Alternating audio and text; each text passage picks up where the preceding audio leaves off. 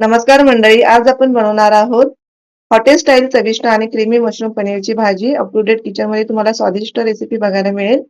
या रेसिपीमध्ये मी तुम्हाला प्रत्येक स्टेप सोबत खास टिप्स आणि माहिती देखील सांगणार आहे, ज्यामुळे तुमची भाजी अगदी परफेक्ट बनेल. चला तर मग सुरुवात करूया आपल्या रेसिपीला. आपल्या रेसिपीसाठी लागणारे साहित्य मी घेतले आहेत. साहित्य आपल्या घरातलेच आहेत, काही बाहेरून आणायचे साहित्य नाहीये. तर इथे मी फ्रेश मशरूम घेतलेले आहे. 2-3 हिरव्या मिरच्या घेतलेल्या आहेत, दालचिनी, मोठी इलायची, पनीर, पाव किलो लसूण, अद्रक आणि कोथिंबीर फोडणीसाठी 2 कांदे, टोमॅटो, फ्रेश कोथिंबीर, हिंग, गरम मसाला, धना पावडर, हळद, लाल तिखट, आपला घरगुती मसाला आणि थोडेसे जिरे. आता इथं बघू शकता हे सर्व मसाले आहेत, व्यवस्थित बघून घ्या. ताजी आणि चांगल्या दर्जाची सामग्री वापरल्यास भाजीची चव अनेक पटीने वाढते. सर्वप्रथम मशरूम आपल्याला स्वच्छ धुवून पाण्याने घ्यायचे आहेत, जेणेकरून त्यातली जी माती आहे व्यवस्थित निघून गेली पाहिजे. मशरूम जास्त वेळ पाण्यात भिजू देऊ नका. ते स्पंज सारखे पाणी शोषतायत. धुतल्यानंतर स्वच्छ कापडाने आपल्याला पुसून घ्यायचे आहेत मशरूम. कापडाने पुसल्याने अतिरिक्त ओलावा निघून जातो आणि फ्राय करताना मशरूम भाजले जातात व्यवस्थित. स्वच्छ कपड्याने आपले करायचे आहेत हे काम. आता आपण इथे देठ काढून घेऊया आपण मशरूमचे. देठ काढल्यानंतर आपल्याला त्यावरची स्किन काढून घ्यायची आहे. स्किन काढल्याने मशरूम अधिक स्वच्छ दिसतात आणि ग्रेव्हीची चव चांगली शोषून घेतात. इथं आपल्याला सर्व तुकडे एकसारखे ठेवल्यास ते समान दिसतात. समान दिसल्याने भाजीला पण छान टेक्स्चर येतो. यात तुम्ही अजून 2-2 केलात तरी चालेल. हे आता एका साईडला आपल्याला करून घ्यायचे आहे. त्यानंतर कट केल्यानंतर ते आपल्याला साईडला करायचे आहे. इथे बघू शकता ह्या प्रकारे मी कट केलेले आहेत मशरूम. समान आकारामध्ये दिसतात ना तुम्हाला? तर आता इथे नेक्स्ट स्टेप आहे. पनीर आपल्याला कट करून घ्यायचं आहे. पनीर चौकोनी तुकडे करून घेऊया आपण. पनीर खूप छोटे कापू नका, नाहीतर परतताना तुटू लागतात ते. त्यामुळे पनीर मीडियम आकाराचेच आपल्याला ठेवायचे आहेत. इथे बघू शकता मी पनीर ह्याप्रमाणे कट करून घेतले आहेत. आता हे आपल्याला एका साईडला काढून घ्यायचे आहेत बाउलमध्ये. एका साईडला बाउलमध्ये काढल्यानंतर कांदा कट करून घ्यायचा आहे आपल्याला. इथे बघू शकता मी कांदा कशाप्रकारे कट करत आहे. थोड्या छोट्या आकारामध्ये आपल्याला कांदा कट करून घ्यायचा आहे. बारीक कांदा लवकर परततो आणि ग्रेव्हीला छान टेक्स्चर येतो. इथे मी एक तुम्हाला टिप्स सांगते. इथं कांदा बारीक कट करण्याऐवजी तुम्ही कांद्याची पेस्ट जरी केलात तरी चालेल.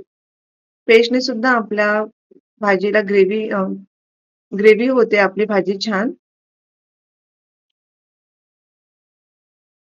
अशा प्रकारे कांदा कट करून घ्यायचा आहे. बारीक चिरून घ्यायचा आहे आपल्याला. त्यानंतर एक टोमॅटो घेतलेला आहे. टोमॅटो सुद्धा आपल्याला त्याप्रमाणेच कट करायचा आहे. मध्यम आकारातून 2 भाग करून घ्यायचे आहेत. त्यावरचा काळा स्किन आपल्याला काढायचा आहे साईडला. जो तो खराब भाग असतो. तर छोटे-छोटे पीस करून घेत आहे मी टोमॅटोचे सुद्धा अशा प्रकारे. जेणेकरून आपल्या भाजीमध्ये पटकन शिजले जातील टोमॅटो. जशी मी इथं सांगितले आहे तुम्हाला कांद्याची पेस्ट करू शकता. तुम्ही टोमॅटोची पेस्ट सुद्धा करू शकता प्युरी आणि ते भाजीमध्ये टाकू शकता. तुम्ही यामध्ये 2 प्रकारची पण भाज्या करू शकता. टोमॅटोची पेस्ट पण करू शकता, कांद्याची पेस्ट पण टाकू शकता आणि टोमॅटोची सुद्धा. इथे मी एक हिरवी मिरची घेतलेली आहे. हिरवी मिरची आपल्याला बारीक चिरून घ्यायची आहे. तिखटपणा आपल्या आवडीनुसार कमी जास्त करू शकता. तुम्हाला किती तिखट पाहिजे. अशा प्रकारे बारीक-बारीक तुकडे करून घेतले आहेत मी मिरचीचे. आता आपल्याला आलं लसूणची पेस्ट करायची आहे खलबत्त्यामध्ये. खलबत्त्यामध्ये लसूण, आलं टाकायचं आहे. आलं लसूण वाटून घेताना त्यामध्ये थोडंसं चिमूटभर मीठ टाकायचं आहे. खलबत्त्यामध्ये आपण मसाले कुठलेही वाटू द्या, चव अप्रतिम लागते. तुम्ही कोणतीही भाजीमध्ये मसाले खलबत्त्यामध्ये वाटून बघा, काय भारी चव येते आपल्या भाजीला. खलबत्त्यात वाटल्यामुळे नैसर्गिक तेल बाहेर येते आणि चव छान लागते. आता हे मिश्रण चमच्याने मी काढून घेत आहे साईडला. 1 चिमूट मीठ टाकल्याने पेस्ट सहज निघते आपली. एका साईडला मी कढई ठेवली आहे. आपले सर्व साहित्य तयार आहे इथे. स्वयंपाक सुरू करण्यापूर्वी सर्व साहित्य तयार ठेवले तर काम आपले सोपे होतात. इथे आता आपल्याला पनीर फ्राय करून घ्यायचं आहे. पनीर फ्राय करण्यासाठी आपल्याला एक कढई, 2 चमचे तेल गरम करून तेल गरम झालं आहे की नाही आपल्याला चेक करायचं आहे. तर मी इथे चेक केलं आहे. आपलं तेल गरम झालेलं आहे. तर त्यामध्ये आता आपल्याला पनीर घालून घ्यायचं आहे. पनीर हलक्या हाताने टाकून घ्या त्यामध्ये. त्यामुळे पनीरला सुंदर रंग आणि हलकी मसालेदार चव मिळते. आपण मसाले टाकल्यानंतर त्यावर मी हळद टाकणार आहे, मीठ टाकले आहे, थोडंसं लाल तिखट जेणेकरून मसाले आपल्या पनीरमध्ये बसले पाहिजे. तुम्ही इथं स्टार्टिंगला मॅरिनेट करून ठेवलात तरी चालेल पनीरला हळद, मीठ आणि थोडंसं लाल तिखट टाकून. जास्त आपल्याला पनीर भाजायचं नाहीये. दोन्ही साइडनी फक्त हलकं-हलकं आपल्याला फ्राय करून घ्यायचं आहे. जास्त परतू नका नाहीतर पनीर आपले कडक होतात. इथे बघू शकता आपले दोन्ही साइडनी आपलं पनीर फ्राय करून झालेलं आहे. ते आता मी एका बाउलमध्ये काढून घेत आहे. अशा प्रकारे इथं बघा मी दाखवत आहे तुम्हाला जवळून. तर आता बाउलमध्ये मी काढले आहे पनीर. त्याच कढईमध्ये आता आपल्याला मशरूम भाजून घ्यायचा आहे. मशरूम परतल्यानंतर परतून छान घ्यायचा आहे आपल्याला मशरूम. मशरूम मधून पाणी सुटते. त्यामुळे सुरुवातीला मोठ्या आचेवर मशरूम आपल्याला परतून घ्यायचा आहे. हाय फ्लेमवरच, लो फ्लेम करायचं नाहीये. कारण की मशरूममध्ये पाण्याचं प्रमाण जास्त असतो. हलवत राहा त्याला सतत. यामुळे मशरूम समान शिजतात. हलवत राहिले की व्यवस्थित ते मिक्स झालं पाहिजे तेलामध्ये. तुम्ही असंही टाकलात फ्राय न करता तरी भाजी खूप छान लागते आपली. आता मी हे साईडला काढून घेत आहे मशरूम. आता एक मी कढई घेतली आहे. छोटीशी कढईमध्ये आपल्याला फोडणी द्यायची आहे. त्या त्या कढईमध्ये आता आपल्याला 2 चमचे तेल टाकायचे आहे. तेल गरम होईपर्यंत आपल्याला वाट बघायची आहे. लगेच आपल्याला त्यामध्ये मसाले नाही टाकायचे. तेल गरम झाले. मी आता जिरे टाकून घेत आहे. जिरे तडतडल्यानंतर आपल्याला तेजपत्ता टाकायचे. 2 तेजपत्ता घेतलेले आहेत मी इथे. तेजपत्ता घेतल्यानंतर आपली मोठी इलायची, दालचिनी टाकून घेतली. ते परतून घेत आहे थोडंसं. आता मी चिमूटभर हिंग घेतलेली आहे. हिंग घालून घेते. हिंगमुळे पचनास मदत होते आणि सुगंध छान वाढतो. यानंतर हिरव्या मिरच्या आणि कढीपत्ता टाकून घेत आहे. कढीपत्ता एकदम फ्रेश हवाय, जेणेकरून कढीपत्त्याचा सुगंध त्यामध्ये येतो. आता हे मी छान मिक्स करून घेत आहे. व्यवस्थित तेलात मिक्स झाले की मसाले भाजीला पण छान चव येते. जितके आपण हलक्या हाताने हळुवारपणे आपण जितके मसाले मिक्स करू तितकी आपली भाजी छान होते. कोणतीही असो ती भाजी. इथे मी कांद्याचा वापर केला आहे. तुम्हाला सांगितले मगाशीच मी कट केलेला कांदा त्यामध्ये टाकले आहे.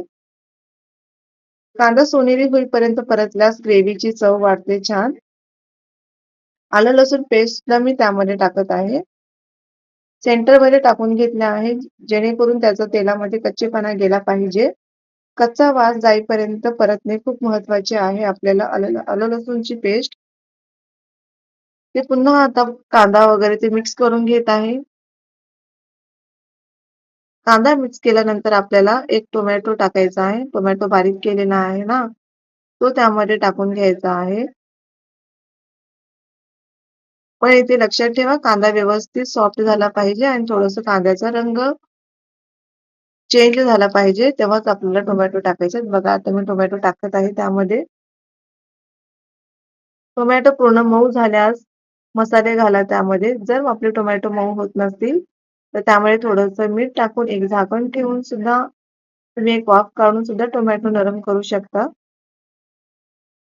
किंवा व्यवस्थित हलवत राहिलं तरी पण आपले टोमॅटो सॉफ्ट होतात.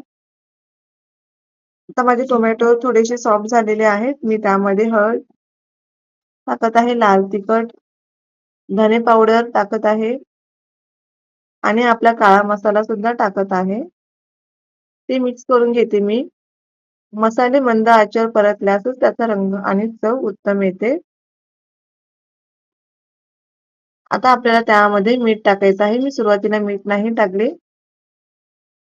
मीठ टाकल्याने आपले टोमॅटो लवकर शिजतात. इथे बघू शकता मी थोडंसंच मीठ घेतलेलं आहे इथं. अर्धा चमचा घेतले आहे. इथे बघू शकता आता माझे टोमॅटो पण सॉफ्ट झाले आहे. मसाला त्यात छान मिक्स झालेला आहे. आता इथे फ्राय केलेले पनीर आपल्याला टाकून घ्यायचे आहे त्यामध्ये. इथे मी पनीर टाकून घेत आहे बघा. पनीर टाकले आहे मी. पनीर एकदम हलक्या हाताने त्यामध्ये मिक्स करायचे आहे. पनीर टाकल्यानंतर मशरूम टाकत आहे आपलं फ्राय केलेलं. फ्राय केल्यामुळे दोन्ही पदार्थांचा स्वाद अधिक खुलतो. हलकेच मिक्स करून घेऊया आपण ते. कारण की पनीर फ्राय केल्याने ते मशरूम फ्राय केल्याने ते सॉफ्ट झाले आहेत. त्यामुळे हलक्या हाताने आपल्याला मिक्स करून घ्यायचं आहे. बघू शकता तुम्ही इथं भाजीचा कलर किती छान दिसत आहे आपल्याला. तुम्हाला यामध्ये जास्तच ग्रेव्ही पाहिजे असेल तर मी तुम्हाला टिप्स सांगितले आहे. कांद्याची पेस्ट किंवा टोमॅटोची पेस्ट सुद्धा तुम्ही त्यामध्ये करून टाकू शकता.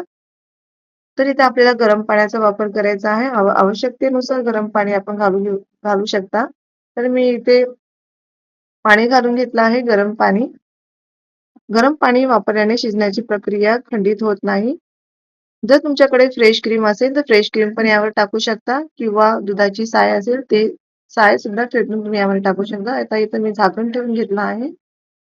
झाकण 5-6 मिनिटं ठेवायचं आहे. 5-6 मिनिटं ठेवल्यानंतर आपल्या भाजीचा तेल सुटतो आणि कलर पण छान येते. इथे बघा आता मी माझ्याकडे फ्रेश क्रीम उपलब्ध नव्हती त्यामुळे मी आपली साय फेटून त्यामध्ये थोडंसं टाकली आहे.